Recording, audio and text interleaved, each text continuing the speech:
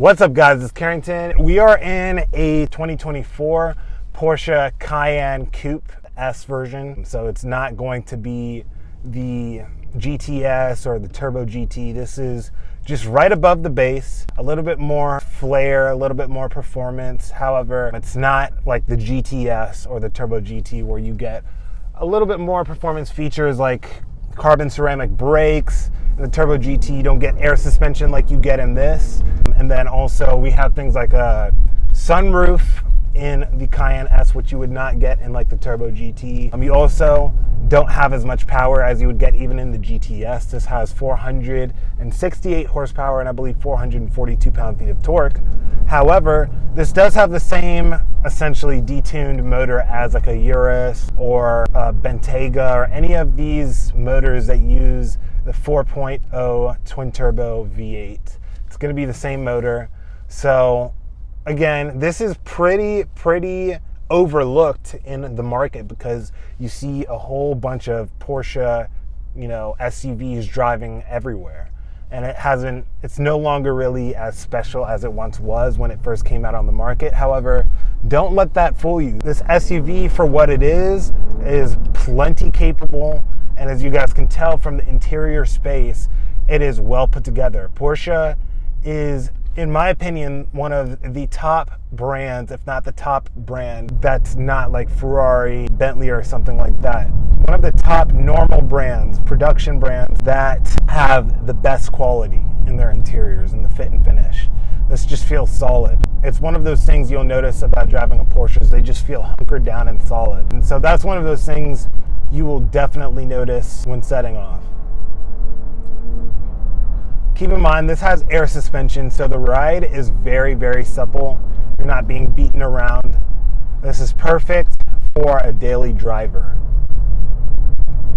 And we're in Sport Plus mode, so this is as stiff as the suspension gets. I know you can option rear wheel steering on this car, which I'm not quite sure if this does have, but that is also an added benefit that definitely adds to the agility of an SUV. It's something that I've noticed in the Turbo GT.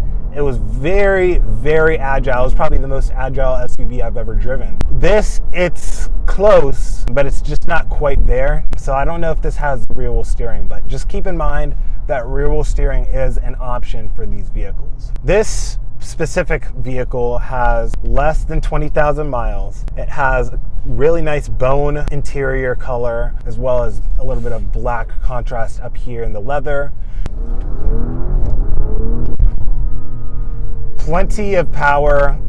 Obviously, it's not like as explosive as the Turbo GT or a Urus or something like that, but you can always tune these engines, and they do well when you tune them. Just remember, guys, Porsche is an a la carte brand, so essentially the whole point of it is you add in whatever options you want. So this has like a Bose stereo system. It doesn't have like carbon fiber options, although you can get all of that. So you just have to find the right spec that works with whatever you guys are looking for, especially considering this is going to most likely be your daily driver. It's not going to be your track car or whatever. So I think how this is equipped right now is perfectly fine for the purpose that this car suits. As you guys can tell, the screens are very clear.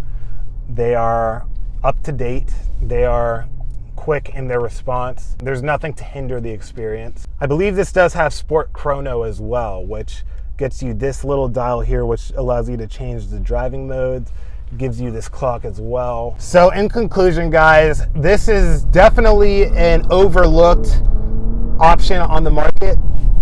But if you are considering it, this adds the perfect amount of comfort, daily drivability, quietness on the road, which this car, by the way, is very quiet and isolated. You don't really hear any wind noise or anything like that. So yeah, this is a wonderful SUV to consider, especially if you're not really wanting the top of the top performance SUV. This gives you plenty, especially because considering the non-S, the non-GTS, and the non-Turbo GT has, I think, a V6 twin turbo. And so you're getting a lot more power. You're getting the V8 soundtrack with the engine and the exhaust. And you are, at the end of the day, still in a Porsche. So this is going to have that prestigious aspect to it that other SUVs, like even a BMW SUV, won't. So yeah, guys, this is the Cayenne Coupe S. Anyways, guys, till next time.